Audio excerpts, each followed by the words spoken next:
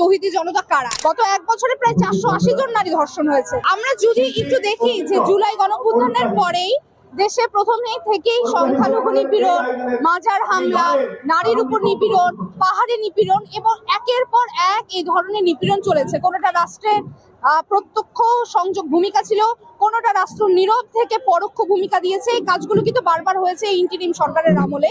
তো একটাও ঘটনার কিন্তু আমরা সেভাবে বিচার দেখিনি। একবার খালি আয়শা নামে একটা ছোট্ট মেয়ে যখন ধর্ষণের শিকার হলো, সারা দেশ মানে উত্তাল হয়ে গেল তার প্রতিবাদে। শুধু সেই সময় ধর্ষণের ওই বিচারটুকু পেয়েছি, কিন্তু গত এক বছরে প্রায় 480 জন নারী ধর্ষণ হয়েছে, সেগুলোর বিচার হয়নি। তো এই যে বিচারহীনতার সংস্কৃতি, যেই সংস্কৃতি আওয়ামী ফ্যাসিবাদের আমলেও ছিল, যেই সংস্কৃতিকে আমরা হটাবো বলে জুলাইতে রাজপথে নেমেছি, আওয়ামী সরকারের পতন ঘটেছে, কিন্তু সেই একই ফ্যাসিবাদ একটা নতুন ফর্মে আবার আমাদের সামনে উত্থাপিত হচ্ছে।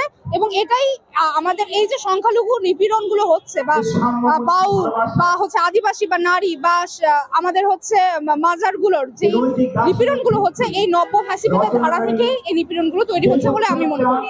এটা অবশ্যই আমি উত্থানের কথা বলবো না, আমি বলবো ধর্মীয় ফ্যাসিবাদ ছিল।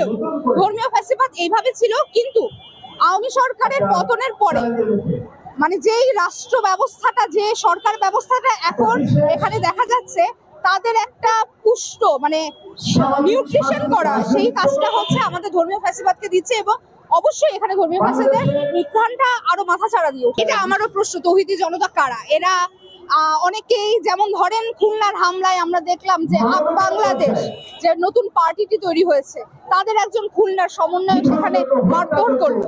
আমরা যদি আরো বলি, এই খুলনার হামলার আগে এনসিপির একজন নেত্রী খুলনায় তিনি নিজে লিখেছে যে বাউলদেরকে থাকতে দেওয়া হবে না, এদেরকে ধরে ধরে মারতে হবে। তার মানে আসলে তৌহিদি জনতা কোনো ফেক টার্ম বা ভেক টার্ম না।